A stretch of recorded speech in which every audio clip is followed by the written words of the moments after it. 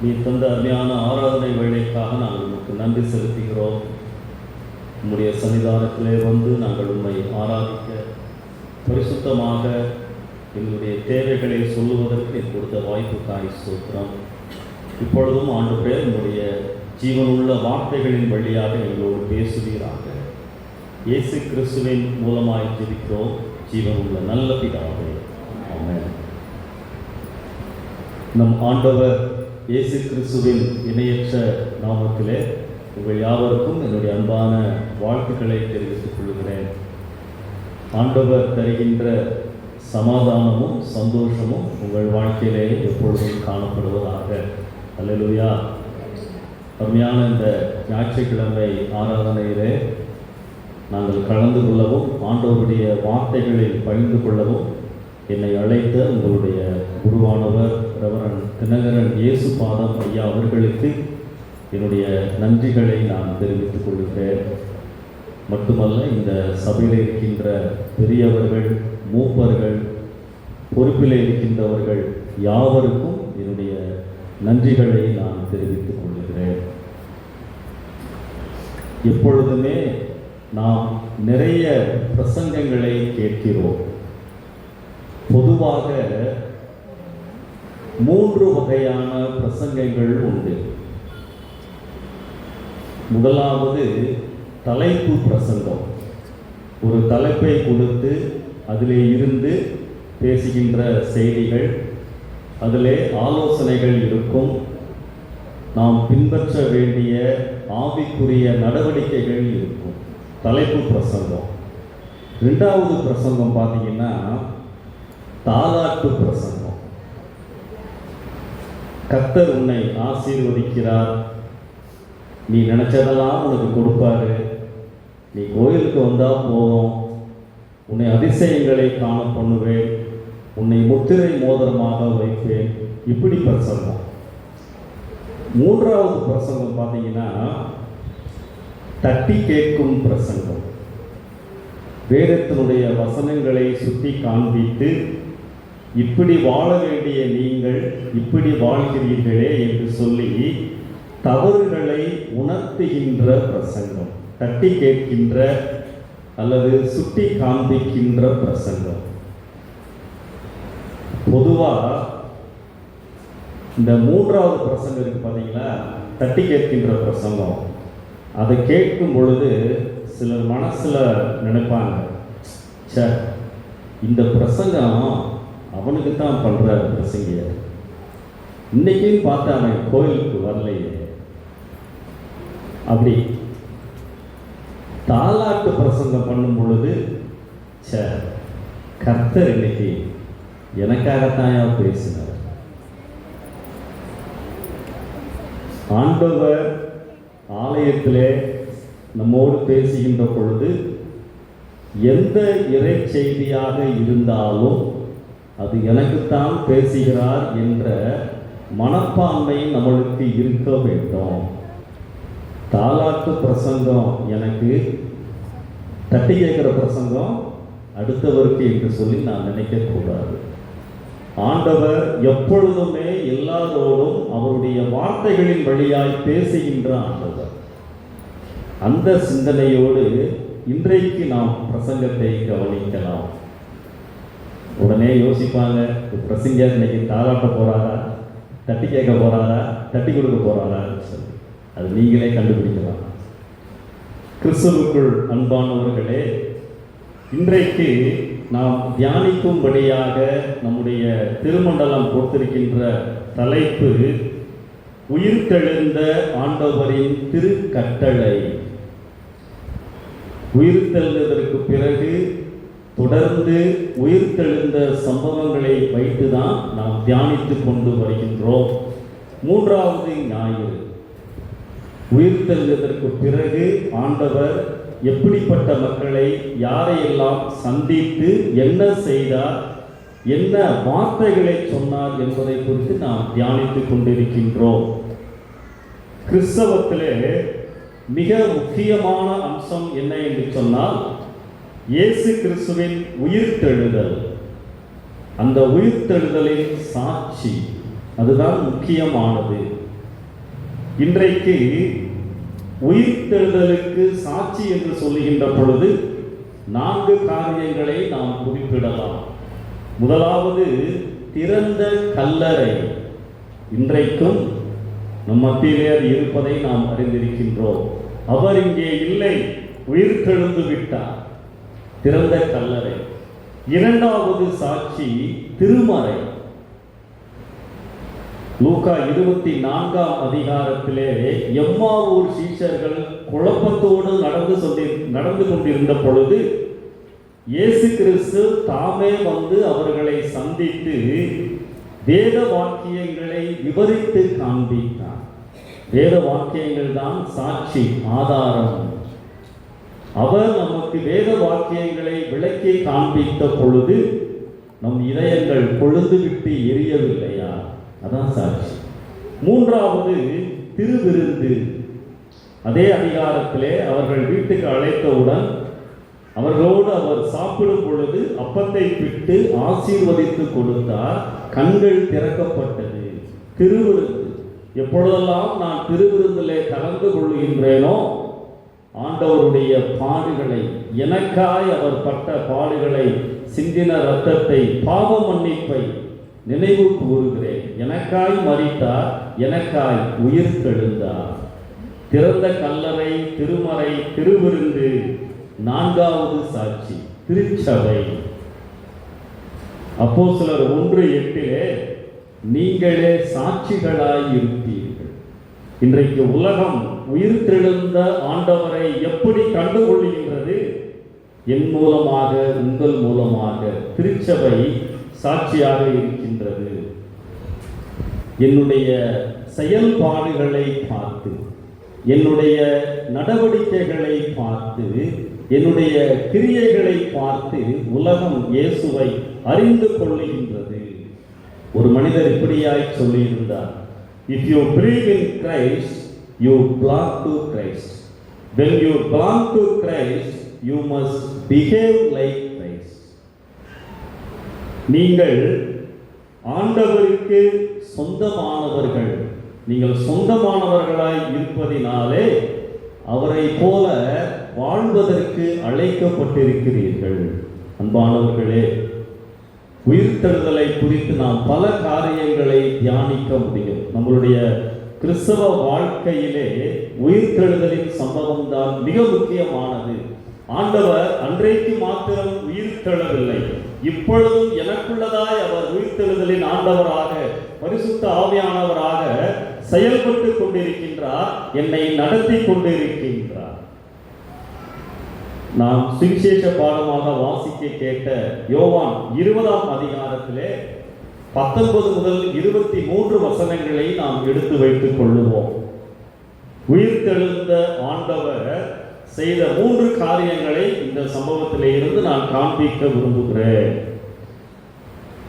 யோவான் 20:19-20 யாராவது வாசிங்க.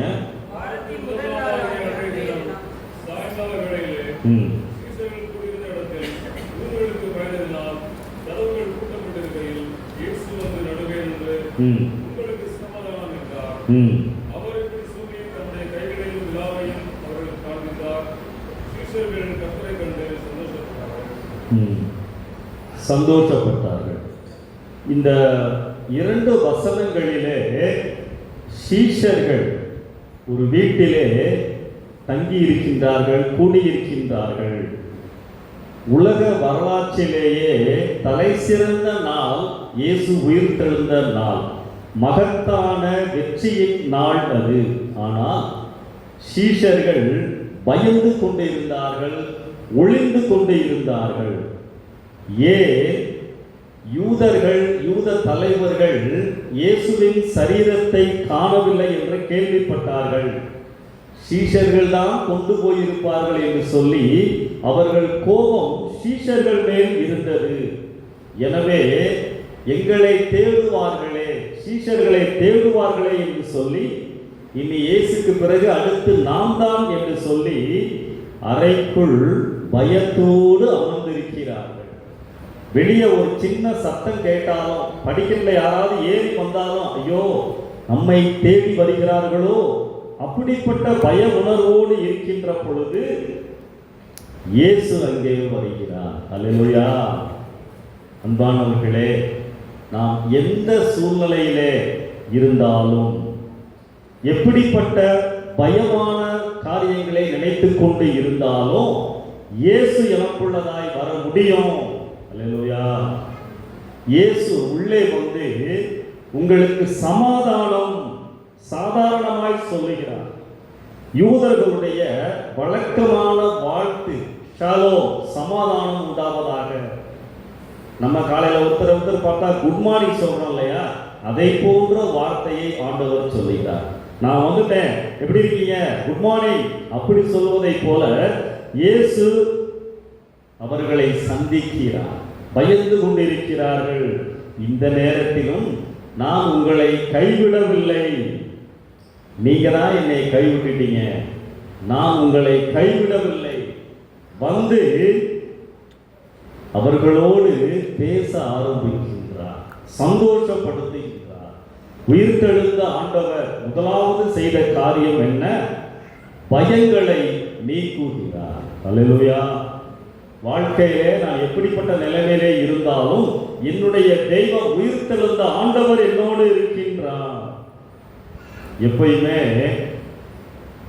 நாம் ஆண்டவருக்குள்ளதாய் உற்சாகமாய் இருக்கின்ற பொழுது, வளர்ந்து கொண்டிருக்கின்ற பொழுது, சாத்தான் நம்மை வீழ்த்துவதற்கு 3 காரியங்களை பயன்படுத்துவான் என்று சொல்லுவார்கள். பயம், கோபம், பேராசை. இந்த 3 வச்சுதான் நம்மளை அவன் தாக்குவான். இங்கே சீஷர்கள் பயந்து கொண்டிருக்கிறார்கள். சமாதானம், நான் உங்களோடு இருக்கிறேன், தைரியமாய் இருங்கள், நான் உயிர்த்தெழுந்து விட்டேன்.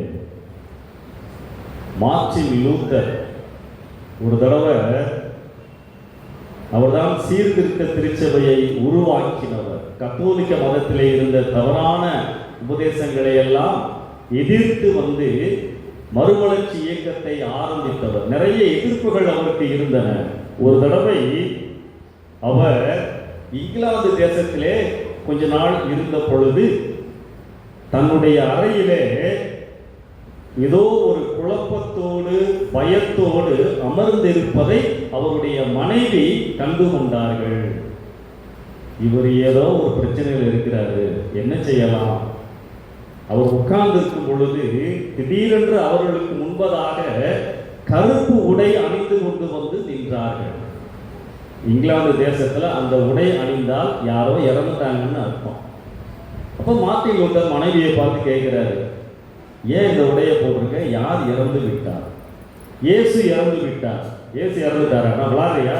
அவர் உயிர்த்தெழுந்து விட்டார். அப்படியே நீங்க கவலையா இருக்கீங்க. அநேக சமயங்களிலே இயேசு நம்மோடு இருப்பதை நாம் மறந்து விடுகிறோம். பயம். மார்க் 4ஆம் அதிகாரத்துல கடைசி பகுதியில 35 முதல் 41 வசனங்கள்ல இயேசுவோடு சீஷர்கள் படகில் பயணிக்கிறார்கள்.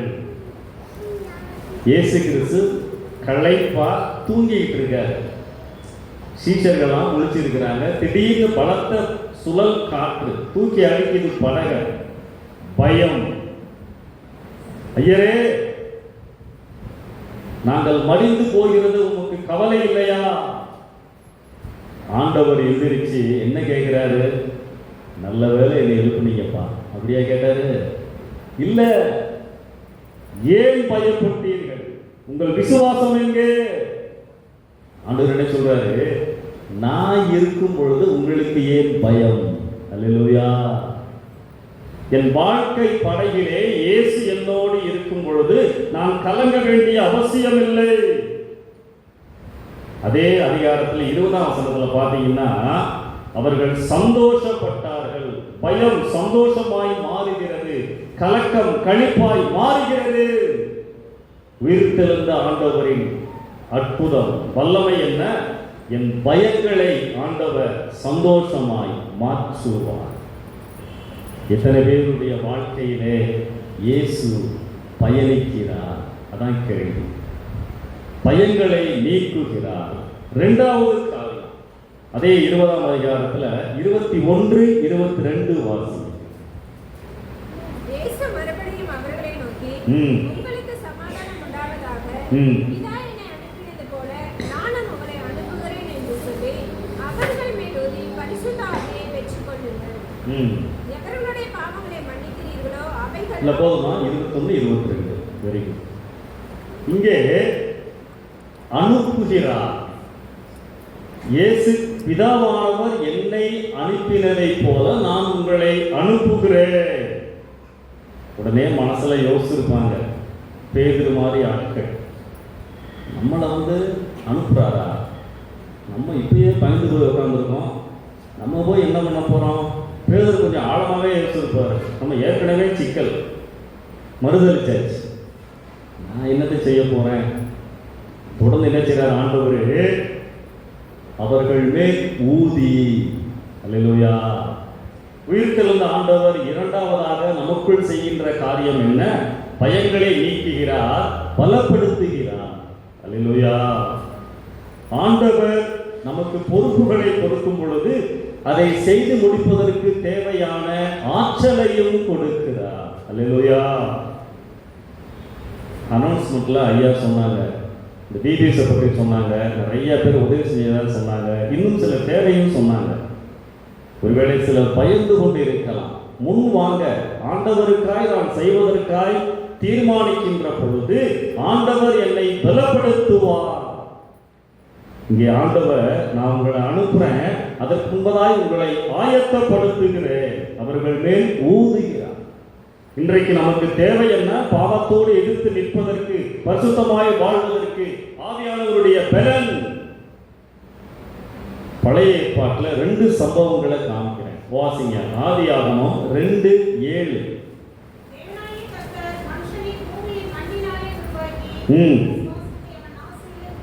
ஆமென். ஜீவ சுவாசத்தை அவன் நாசியிலே ஊதினார், மனுஷன் ஜீவாத்துமாவானான். இங்கே கிட்டத்தட்ட மறித்து போன நிலையில தான் சீஷர்கள் இருக்கிறாங்க. அவர்களுக்கு தேவை ஜீவன், பலன். ஆண்டவர் ஊதுகிறார். பெற்றுக்கொள்ளுங்கள். இந்த உலகத்தை உங்களால் கலக்க முடியும். உலகத்தினுடைய எல்லா காரியங்களுக்கும் எதிர்த்து நிற்க முடியும். சவால்களை சந்திக்க முடியும். பலப்படுத்துகிறார். இன்னொரு பகுதி வாசிங்க. எசேக்கியேல் 37ஆம் அதிகாரம் 9-10. எசேக்கியேல் 37, 9-10. அப்பொழுது அவர் என்னை பார்த்து, நீ ஆவியை நோக்கி தீர்க்க தரிசனம் உரை. மனுபுத்திரனே, நீ தீர்க்க தரிசனம் உரைத்து ஆவியை நோக்கி, கர்த்தராகிய ஆண்டவர் உரைக்கிறது என்னவென்றால், ஆவியே, நீ காட்டு திசை 4லும் இருந்து வந்து கொலையுண்ட இவர்கள் உயிரடையும்படிக்கு இவர்கள் மேல் ஊது என்கிறார் என்று சொல் என்றார். எனக்கு கற்பிக்கப்பட்டபடி நான் தீர்க்க தரிசனம் உரைத்தேன். அப்பொழுது ஆவி அவர்களுக்குள் பிரவேசிக்க உயிரடைந்து மகா பெரிய சேவையாய் என்றார். ஆமென். நமக்கு தெரிந்த பகுதி இல்லையா? அந்த காட்சியை மனசுல கொண்டு வாருங்கள். எலும்புகளால் நிறைந்த ஒரு பள்ளத்தாக்கு, சதை இல்லை, உயிர் இல்லை, எதற்கும் பிரோஜனம் இல்லை. ஆவியானவர் ஊற்றப்படுகின்ற பொழுது உலர்ந்த எலும்புகள் ஆவியால் உயிரடைகின்றன. ஆவி அவர்களுக்குள் பிரவேசிக்க உயிரடைந்து காலூன்றி நீண்டார்கள். அல்லேலூயா. அப்ப ஆவியானவர் எனக்குள் வருவது மரித்த சரீரத்திற்கு உயிர் கொடுப்பதை போல. ஆண்டவர் சீஷர்களுடைய நிலையை பார்த்து, கிட்டத்தட்ட நீங்க அப்படிதான்ப்பா இருக்கீங்க, 3 வருஷம் என் கூட இருந்தீங்க, இப்ப எல்லாம் போச்சு, உங்களுக்கு கொஞ்சம் டானிக் வேணும், சத்துணவு வேணும், பலன் வேண்டும், பெற்றுக்கொள்ளுங்கள்.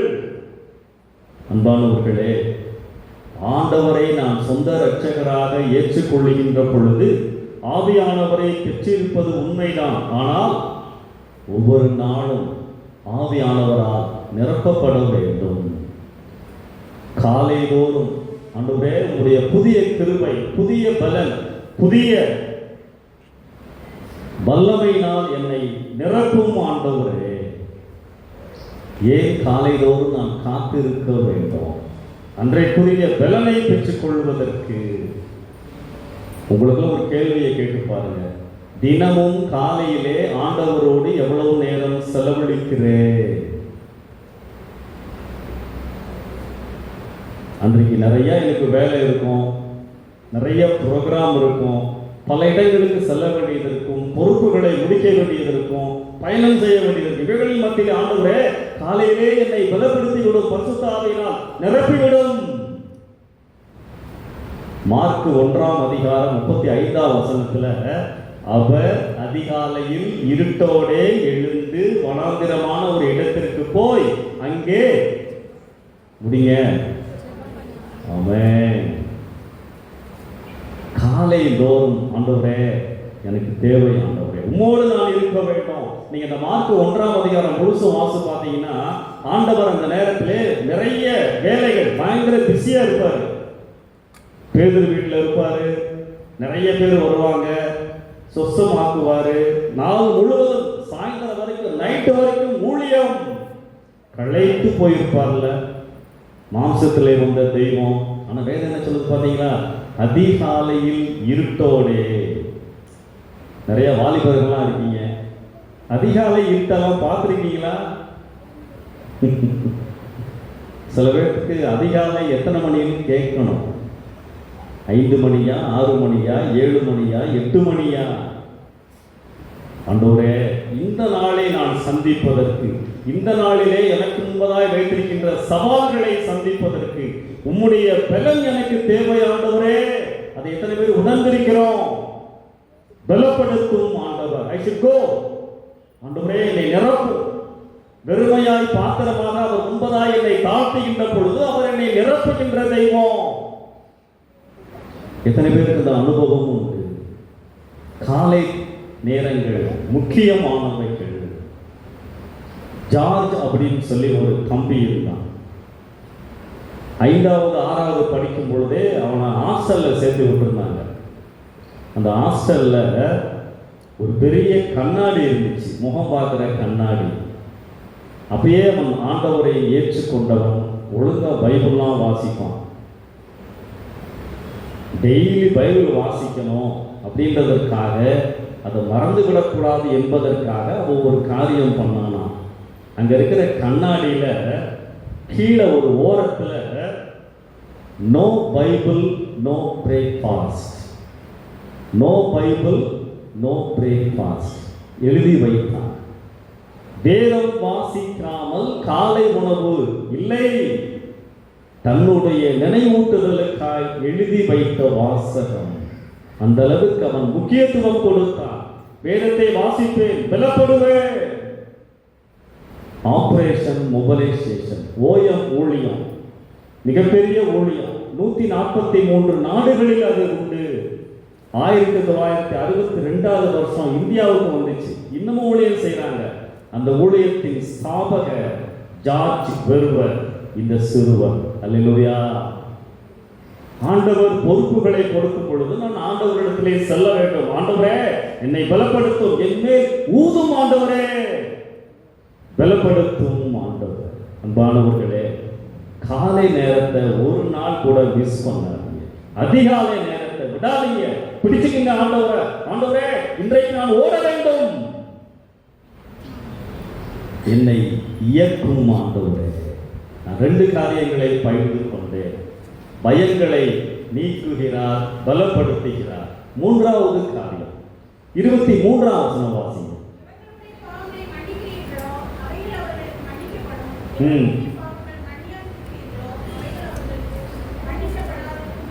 ஆமென். நல்லா கவனிங்க. இது கொஞ்சம் கடினமான ஒரு வசனம், புரிந்து கொள்வதற்கு கொஞ்சம் கஷ்டமான ஒரு வசனம் இது. இந்த வசனத்தை பார்க்கும் பொழுது பாவங்களை மன்னிக்கிறதற்கு மனிதர்களுக்கு அதிகாரம் கொடுப்பதை போல இந்த வசனம் காண்பிக்கின்றது. நீங்க யாருடைய பாவத்தையாவது மன்னிச்சா அவங்களுக்கு மன்னிக்கப்படணும்னா என்ன அர்த்தம்? இப்ப சீஷர்கள் மன்னிக்க முடியுமா? எந்த மனிதனுக்கும் பிறருடைய பாவங்களை மன்னிக்கின்ற அதிகாரம் கிடையாது. அது தேவனுக்கும் இயேசு கிறிஸ்துவுக்கும் தான் உண்டு. ஆண்டவர் எந்த அர்த்தத்திலே இதை சொல்லுகிறார், அதை நாம் சரியாய் புரிந்து கொள்ள வேண்டும். யாரும் இன்னொருவங்களுடைய பாவங்களை மன்னிக்க முடியாது, அதிகாரம் கிடையாது. இங்கே ஆண்டவர் எந்த இடத்திலே எப்படி சொல்லுகிறார்? நான் உங்களை அனுப்புகிறேன், நான் உங்களை பலப்படுத்துகிறேன் என்று பலப்படுத்தினதற்கு பிறகு நீங்கள் ஆண்டவருடைய மன்னிப்பின் செய்தியை பிறருக்கு அறிவிக்க போகிறீர்கள். ஒருவன் சுவிசேஷத்தை கேட்டு உண்மையாய் மனம் திரும்பினால் உன் பாவங்கள் மன்னிக்கப்பட்டது என்று சொல்லி உறுதியாய் சொல்ல முடியும். மனம் திரும்பாவிட்டால் உன் பாவங்கள் மன்னிக்கப்படவில்லை என உறுதியாய் சொல்ல முடியும். இதைத்தான் ஆண்டவர் சொல்லுகிறார். நீங்கள் சுவிசேஷத்தை சொல்லுகின்ற பொழுது, பாவ மன்னிப்பை மனம் திரும்புதலை குறித்து பேசுகின்ற பொழுது, யாரெல்லாம் அதை உணர்ந்து வருகிறார்களோ அவர்களிடத்திலே நீங்கள் தைரியமாய் சொல்ல முடியும், உங்களுடைய பாவங்கள் மன்னிக்கப்பட்டது என்று சொல்லி. டிக்ளரேஷன். அதைத்தான் இங்கே ஆண்டவர் சொல்லுகிறார். நம்முடைய ஆராதனை ஒழுங்குல ஒரு அருமையான காரியம் உண்டு. இன்றைக்கும் அதை நம்முடைய ஐயா செஞ்சாங்க. பாவ அறிக்கை செய்ததற்கு பிறகு, பாவ மன்னிப்புக்கான சில வசனங்களை சொன்னதற்கு பிறகு ஐயா கையை உயர்த்தி ஒன்று டிக்ளேர் பண்ணாங்க. கவனிச்சிங்களா? ஒரு வாரம் செய்வாங்க. உங்களுடைய பாவங்கள் எல்லாவற்றையும், சர்வலோகத்தின் பாவங்களையும் மன்னிக்கிறார் அப்படின்னு சொல்லி டிக்ளேர் பண்ணாங்க. அந்த அதிகாரத்தை உங்களுக்கு கொடுக்கிறேன். அதைத்தான் இங்கே ஆண்டவர் சொல்லுகிறார். மத்தேயு 16:19 பேதுருடன் இதை போல சொல்லுவார். பரலோக ராஜ்யத்தின் திறவுகோல்களை நான் உனக்கு தருவேன். திறவுகோல் என்ன? திருச்சபைக்கு ஆண்டவர் கொடுத்த அதிகாரம். இன்னைக்கு நானும் நீங்களும் தான் சுவிசேஷத்தை அறிவிக்க முடியும். மனசாபப்பட்டு மனம் திரும்பி வந்தால் மன்னிப்பை அறிவிக்க முடியும். நீ மனம் திரும்பிட்டியா? பாவத்தை அறிக்கை செய்து விட்டாயா? உன் பாவங்கள் மன்னிக்கப்பட்டு விட்டது. அதைத்தான் இங்கே ஆண்டவர் சொல்லுகின்றார். அன்பானவர்களே, இந்த 23ஆம் வசனத்துல மன்னிக்கப்பட வேண்டும் என்பதையும் ஆண்டவர் உணர்த்துகின்றார். மனம் திரும்ப வேண்டும், மன்னிக்க வேண்டும். அதற்காகத்தான் திருச்சபையின் பொறுப்பு உள்ளது. அதற்காகத்தான் நான் உங்களை அனுப்புகிறேன். எதற்காக உங்களை அனுப்புகிறேன்? நீங்கள் போய் மனம் திரும்புதலின் செய்தியை சொல்ல வேண்டும். தாலாட்டு பிரசங்கம் இல்லை. யோவான் ஸ்நானகனும் இயேசு கிறிஸ்துவும் தங்களுடைய ஊழியத்தை ஆரம்பித்த பொழுது செய்த முதலாவது பிரசங்க வார்த்தை என்ன தெரியுமா? மனம் திரும்புங்கள். அப்ப மனம் திரும்புதல் என்ற வார்த்தை திருச்சபையிலே முக்கியமானது. நம்முடைய வாழ்க்கையிலே மன்னிக்கப்படுதல், மனம் திரும்புதல் அவசியம். உயிர்த்தெழுந்த ஆண்டவர் இங்கேயும் அதை கோரிட்டு காண்பிக்கின்றார். அன்பானவர்களே, இத்தனை பேருக்கு அந்த அனுபவம் உண்டு. என் பாவி என்று நான் உணர்ந்திருக்கிறேன். என் பாவங்களுக்காக இயேசு சிலுவையிலே மரித்தார் என்பதை நம்புகிறேன். நான் ஒரு பாவி, என் பாவங்கள் மன்னிக்கப்பட வேண்டும், எனக்கு இயேசு தேவை. ஒரு காரியத்தை சொல்ல விரும்புகிறேன். மன்னிக்கப்பட்டு ஆண்டவரை ஆராதிப்பதற்கும் மன்னிக்கப்படாமல் மனம் திரும்பாமல் ஆண்டவரை ஆராதிப்பதற்கும் நிறைய வித்தியாசம் இருக்கு. நாம் எல்லாம் பாரம்பரியமா பரம்பரையா ஆலயத்துக்கு வருகிறோம். ஆலய நடவடிக்கைகளில் ஈடுபடுகிறோம். ஆலய நடவடிக்கை என்று சொன்னால் பாடல், ஜெபம், காணிக்கை, இப்படிப்பட்ட காரியங்கள். மன்னிப்பு பெற்றவர்கள் இவைகளை செய்வதற்கும் மன்னிப்பு பெறாதவர்கள் இவைகளை செய்வதற்கும் வித்தியாசம் உண்டு. நான் ஒரு அட்டவணையை காண்பிக்கிறேன். துதி பாடல் மனம் திரும்பாமல் மன்னிக்கப்படாமல் செய்தால் அது வெறும் கோஷம். மனம் திரும்பி நான் செய்வேன் என்று சொன்னால் உணர்ந்து பாடுகிறேன், பிரசன்னத்தை உணர்கிறேன், பலனை உணர்கிறேன். இரண்டாவது ஜெபம். மன்னிக்கப்படாமல் மனம் திரும்பாமல் நான் ஜெபித்தால் அது வெறும் மந்திரம். ஆனால் மனம் திரும்பின அனுபவத்தோடு நான் ஜெபிக்கின்ற பொழுது அது உரிமையுள்ள, அர்த்தமுள்ள உரையாடல். என் அப்பாவோடு நான் உரிமையோடு பேசுகிறேன். மூன்றாவது வேத வாசிப்பு. எல்லாரும் பைபிள் வாசிக்கிறோம் இல்லையா? மனம் திரும்பாமல் மன்னிப்பை பெறாமல் நான் வேதம் வாசித்தால் அது வாய்ப்பாடு. ஆனால் மனம் திரும்பி நான் வாசிப்பேன் என்று சொன்னால் கர்த்தர் என்னோடு பேசுவதை உணர்கின்ற அனுபவம். என்னோடு அவர் நெருக்கமாய் தன்னுடைய காரியங்களை வெளிப்படுத்துகிறார். உபவாசம். மனம் திரும்பாமல் நான் உபவாசித்தால் அது வெறும் பட்டினி விரதம். மனம் திரும்பின அனுபவத்தோடு நான் உபவாசித்தால் உபவாசம், தேவனுக்கு அருகிலே இருக்கிறேன், தேவ பிரசன்னத்திலே திளைக்கிறேன், என் சரீரத்தை ஒடுக்கி ஆவிக்குரிய நன்மைகளை பெறுகிறேன். காணிக்க, மனம் திரும்பாம நீங்க காணிக்க கொடுத்தீங்கன்னா அது லஞ்சம். மனம் திரும்பி நான் ஆண்டவருக்கு காணிக்கை கொடுத்தால் நன்றி உணர்வு, அதைத்தான் ஆண்டவர் அங்கீகரிக்கிறார். அடுத்து ஆலய நடவடிக்கைகளில் ஈடுபடுதல். பகுதி நேரமோ முழு நேரமோ ஆலயத்தினுடைய காரியங்களுக்கு உதவி செய்தல். நிறைய பேர் செய்கிறாங்க இல்லையா? ஆலயத்தினுடைய நிர்வாக காரியங்களை உதவி செய்தல், எல்லா காரியங்களையும் நம்ம வாலண்டியர்ஸ் உதவி செய்யணும். மனம் திரும்பாமல் செய்தால், இப்படிலாம் செஞ்சா ஆண்டவர் என்னை ஆசீர்வதிப்பார், இப்படிலாம் செஞ்சா எனக்கு நல்ல பேர் கிடைக்கும், ஒருவேளை எலெக்ஷன் வந்தா ஓட்டு போடுவாங்க, நல்ல பெயர் கிடைக்கும், பொழுது போவதற்காக. ஆனால் மனம் திரும்பின அனுபவத்தோடு நான் செய்வேன் என்று சொன்னால் அன்பு, அழைப்பு, அர்ப்பணிப்பு. அன்பானவர்களே, ஆண்டவர் கோரிட்டு காண்பிக்கின்றார். நீங்கள் எதற்காக நான் உங்களை அனுப்புகிறேன்? மக்களுடைய பாவங்கள் மன்னிக்கப்படுவதற்கு ஏற்ற செய்திகளை நீங்கள் சொல்ல வேண்டும், அவர்களை தூண்டிவிட வேண்டும். அதுதான் ஆண்டவருடைய கட்டளை. அந்த அனுபவம் இல்லாம கோயில்ல உட்கார்ந்து என்ன பிரயோஜனம்? அன்பானவர்களே, உயிர்த்தெழுந்த ஆண்டவர் 3 காரியங்களை நம்முடைய வாழ்க்கையிலே செய்கிறார். பயங்களை நீக்குகிறார், பலப்படுத்துகிறார், பகிர்ந்தளிக்கும் அதிகாரத்தை கொடுக்கிறார்.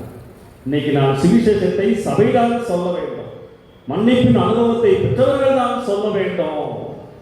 அன்பானவர்களே, இந்த உயிர்த்தெழுந்த ஆண்டவர் உன் நடுவிலே வர விரும்புகிறார், உன் பயத்தை நீக்க விரும்புகிறார், உன்னை மறுபடியும் ஓட வைக்க பயன்படுத்த விரும்புகிறார், பலப்படுத்த விரும்புகிறார், அழைக்கிறார், சவால் பண்ணுகிறார். என்னிடத்திலே வருவாயா? உன் வாழ்க்கையை என்னிடத்திலே அர்ப்பணிப்பாயா? ஒப்பு கொடுப்பாயா? நான் உன் வாழ்க்கையின் நடுவிலே வர முடியும். அன்பானவர்களே, நிறைய ஈஸ்டர் கொண்டாடிட்டோம். எத்தனை பேருடைய வாழ்க்கையிலே நடுவிலே இயேசு இருக்கிறார்? எத்தனை பேர் தைரியமா சொல்ல முடியும், என்னோடு, என் நடுவில், என் வாழ்க்கை பாதையில் இயேசு என்னோடு இருக்கிறார்? உயிர்த்தெழுந்த ஆண்டவர் இன்னைக்கு நம்மை பார்த்து கேட்கிறார், உன் வாழ்க்கையில எனக்கு இடம் வச்சிருக்கியா? ஆலயத்துல போயிட்டா நான் உன்னை ஆசீர்வதித்து விடுவேனா? முக்கியமான மனம் திரும்புதல் உண்டா? மன்னிப்பின் அனுபவம் உண்டா? வாழ்க்கையை யார் ஓட்டுகிறார்கள்? அன்பானவர்களே, ஆவியானவர் நம் மத்தியிலே பேசுகின்ற பொழுது அர்ப்பணிக்க வேண்டும். ஒரு வீட்டில் ஒரு கார் வச்சிருந்தாங்க, அந்த காருக்கு ஒரு டிரைவரையும் வச்சிருந்தாங்க. அந்த டிரைவர் எப்பயும் வெளியே தான் உட்கார்ந்துருப்பாரு. அந்த டிரைவருக்கும் வீட்டில் நடக்கிற காரியங்களுக்கும் சம்மந்தமே இருக்கு. தேவைன்னா கூப்பிடுவாங்க, அவர்களுக்கு ஒரு வேலையை முடிக்கணும்னா அவரை பயன்படுத்துவார்கள். மற்றபடி அவருக்கும் அந்த குடும்பத்துக்கும் சம்மந்தமே கிடையாது. இன்னைக்கு அநேகர் இயேசுவை இப்படித்தான் வைத்திருக்கிறார்கள். வீட்டுக்கு ஓரத்தில் தேவை என்றால் ஓடி வருவார்கள், தேவை என்றால் கேட்பார்கள், ஆண்டவரே எங்களை ஆசீர்வதியும், அத்தோடு சரி. அதுக்கப்புறம் அவங்களுடைய தனிப்பட்ட வாழ்க்கைக்கும் ஆண்டவருக்கும் சம்மந்தம் இல்லை. என் வாழ்க்கை பயணத்தில், என் வாழ்க்கை கார்ல ஆண்டவரை நான் எங்கே வைத்திருக்கிறேன்? டிக்கில வச்சிருக்கேனா? பின்சீட்ல வச்சிருக்கிறேனா? ஓரத்தில் வச்சிருக்கிறேனா? ஆண்டவரே, சாவி எப்படிங்க ஆண்டவரே? நீங்க ஓட்டுங்க என் வாழ்க்கை பயணத்தை, உங்களை நம்பி நான் வருகிறேன். அதாங்க அர்ப்பணிப்பு. ஆண்டவரை நான் பயன்படுத்தக்கூடாது, ஆண்டவரை நான் ஓரத்திலே வைக்கக்கூடாது. அவரின் வாழ்க்கையின் நடு நாயகனாய் இருக்க வேண்டும். உயிர்த்தெழுந்த ஆண்டவர் அவர்கள் நடுவே நின்று, ஆண்டவரே உங்களுக்கு நடுவிலே உங்களை வைக்க எனக்கு வாய்ப்புகளை தாரும் சுவாமி. ஆண்டவர் அதை எதிர்பார்க்கின்ற ஆண்டவர். இன்றைக்கு உங்க வாழ்க்கையை நீங்க ஒப்பு கொடுக்காமல் இருந்தால் ஒப்பு கொடுங்க. உயிர்த்த ஆண்டவர் உங்க வாழ்க்கையின் நடுவிலே இருக்க வேண்டும், ஓரத்துல அல்ல, வெளியே அல்ல. எல்லார் வீட்லயும் ஒரு வசனம் வச்சிருக்கோம் இல்லையா? இதோ வாசற்படியில் நின்று கதவை தட்டுகிறேன். உண்மையாக தான் இருக்கு. என்னைக்கு உள்ள கூப்பிட போறோம் யோசிச்சு பாருங்க. உயிர்த்தெழுந்த ஆண்டவர் உன் வாழ்க்கையில் நம்பிக்கையிலே வர விரும்புகிறார். என்னோடு ஆண்டவர் இருக்கிறாரா? எனக்குள்ள ஆண்டவர் இருக்கிறாரா? ஒரு ஆலயத்துல ஒரு சின்ன பிள்ளை வாழ்ந்துக்கிட்டே இருந்துச்சான். சர்ச்சு முடிஞ்ச சண்டே கிளாஸ் இல்லை, ரொம்ப சேட்டை பண்ணிக்கிட்டே இருந்துச்சான். அப்போ ஒரு அம்மா விளையாட்ட கேட்டாங்க, ரொம்ப சேட்டை பண்ணிக்கிட்டே இருக்கிற, உனக்குள்ள ஆண்டவர் இருக்காரா அப்படின்னு கேட்டாங்க. எனக்குள்ள ஆண்டவர் இருக்காரு. எப்படி அவ்வளவு நிச்சயமா சொல்ற? உனக்குள்ள ஆண்டவர் இருக்காருன்னு எப்படி அவ்வளவு நிச்சயமா சொல்ற? அந்த பிள்ளை சொல்லிச்சான், உள்ள விட்டதே நான் தானே, உள்ள விட்டதே நான் தானே. ஆண்டவரை உள்ள விட்டுருக்கீங்களா? இன்னும் வெளியே கட்டிக்கிட்டு தான் இருக்கிறா. கண்களை முடிச்சிருக்கலாம். கர்த்தரிடத்திலே நம்ம அர்ப்பணிப்போம். இயேசு எங்கே இருக்கிறார்? உயிர்த்தெழுந்த ஆண்டவர் எங்கே இருக்கிறார்? எனக்குள்ள இருக்கிறாரா? அர்ப்பணிக்கலாமா? உன் பயத்தை நீக்குகிறவர், உன்னை பலப்படுத்துகிறவர், பகிர்ந்தளிக்கும் அதிகாரங்களை கொடுக்கிறவர். ஆண்டவரே அர்ப்பணிக்கிற கர்த்தரிடத்திலே நம்மை அர்ப்பணிப்போம். ஆவியானவர் உங்களோடு பேசுகின்ற நேரம், மனம் திரும்புதலின் அனுபவம், இயேசுவை நடுவிலே வைத்திருக்கின்ற அனுபவம், மன்னிப்பை பெற்ற அனுபவம், அவைகளோடு நாம் வாழ வேண்டும். இயேசு உன்னை பலப்படுத்துகிறவர், இயேசு உன் பயங்களை நீக்குகிறவர், இயேசு உன் வாழ்க்கையில் உன்னோடு வாழ விரும்புகிறவர். அர்ப்பணிக்கலாமா?